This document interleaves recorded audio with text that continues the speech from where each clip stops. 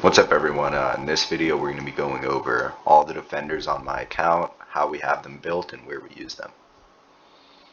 So let's get started with Cyrus. We have him built in Infernal Roar and Warlord. This is all for increasing his damage. As you can see, his tankiness is a little bit low, and that's because we use him behind a defender in Guild versus Guild. We also use him in Immortal Codex during the first boss. It's against himself. And in all those use cases, he needs the damage. So we have him with a good amount of attack, crit capped, high crit damage, and a little bit of rage regen. In terms of his artifact, we have Tuning Crystal, which just is the quintessential damage boosting defender artifact. So that's his build. We use him in Immortal Codex and GVG. Let's go on to the next one. The next defender we have to talk about is Azor. We don't use him anywhere. If you look at his ratings, not very many people use him at all. We just have him in a BP padding build, just to help out the account a little bit. If we're not going to use the hero, might as well have him add to our BP. So we have him, I guess, in random gear with some solid HP, a little bit of attack. He is crit capped and he has solid crit damage, so he actually can do some stuff, but we don't use him anywhere. In terms of artifact, we have him with the Astral Obelisk, which increases his attack and allows him to ult more. Of course, ulting more is going to be great on an ultimate like this. Next up we have Gone. He's amazing.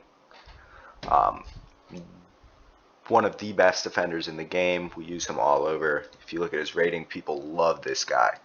Right? He's insane in Arena. He's insane in Void Rift. He's insane in Codex especially. He's good in Tide. Everyone's good in Tide with enough BP. But yeah, we have him built just in some random tanky gear. He has a little bit of damage, little bit of crit rate, rage regen. He's mainly there just for his Lord bonus, but we do have him in an okay build. And in terms of artifact, we just allow him to heal himself more. Next up, we have Regulus. We use him in Artifact Material Raid. We also use him in Guild versus Guild, and occasionally in Void Rift. The way we have him geared is very high HP, pretty solid defense. And yeah, the artifact we have him in is a Max Bastion Ring, which increases his block and decreases the damage he takes. Works great with his kit. The set he's in is Guardian. We really want to decrease that damage taken. And the other set is Immortal Warrior, just padding the HP and defense. HP and defense are really important on him. You don't want to give him damage really. In terms of Broke here, we have him in Asclepius. Increasing his max HP and the healing effect is really good on him, especially when you're using him in Guild versus Guild like we do. He's really, really good in faction trials too, of course. So then we have him in Life Force, just to increase his HP, solid.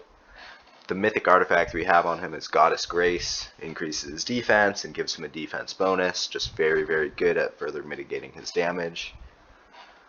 Whenever I look at this guy's skin, I think of the dwarves in Skyrim, especially that shield.